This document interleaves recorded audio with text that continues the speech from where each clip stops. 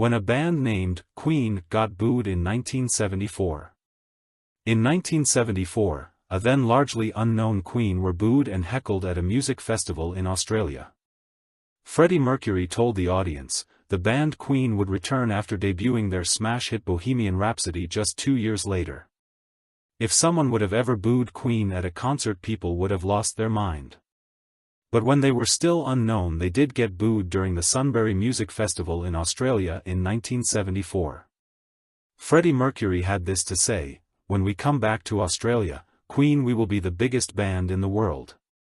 And lo and behold, in 1976, when they released Bohemian Rhapsody and returned in 1976, they were well on their way.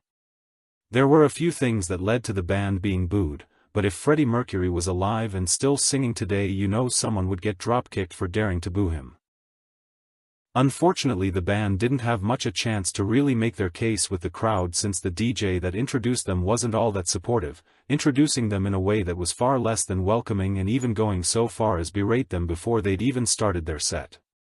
That kind of inhospitable atmosphere doesn't usually make for a good show, no matter how revved up a band is, and unfortunately it sounds as though Freddie and Brian were ill that day, which only made things worse.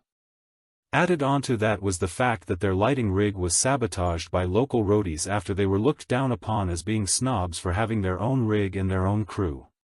Basically, they were outsiders and were treated as such. Of course, how it really went kind of varies from person to person, since if you ask the fans, they might say that Queen did relatively well and even received calls for an encore, or that they were reviled and were told to get off the stage so that more Aussie bands could come on. From the band's point of view, things were just horrible because the Aussie crews were fighting with their crew, the DJ was being as dismissive as possible to them, and in many ways was egging the crowd on to tell Queen just where they could stick their music. Apart from that, the band recalls that the other bands they were playing before and after were pretty decent to them. I can only think that it had to be the unspoken code that musicians happen to know what's going on behind the scenes enough to understand what it's like to be in a strange place with a strange crowd that might not like them. The DJ could have been the kind of guy that has so much pride in his country that he doesn't think anyone else could possibly be better. In such a position, one would almost think that a person would be at least somewhat worldly and a lot more enlightened. But obviously that wasn't the case.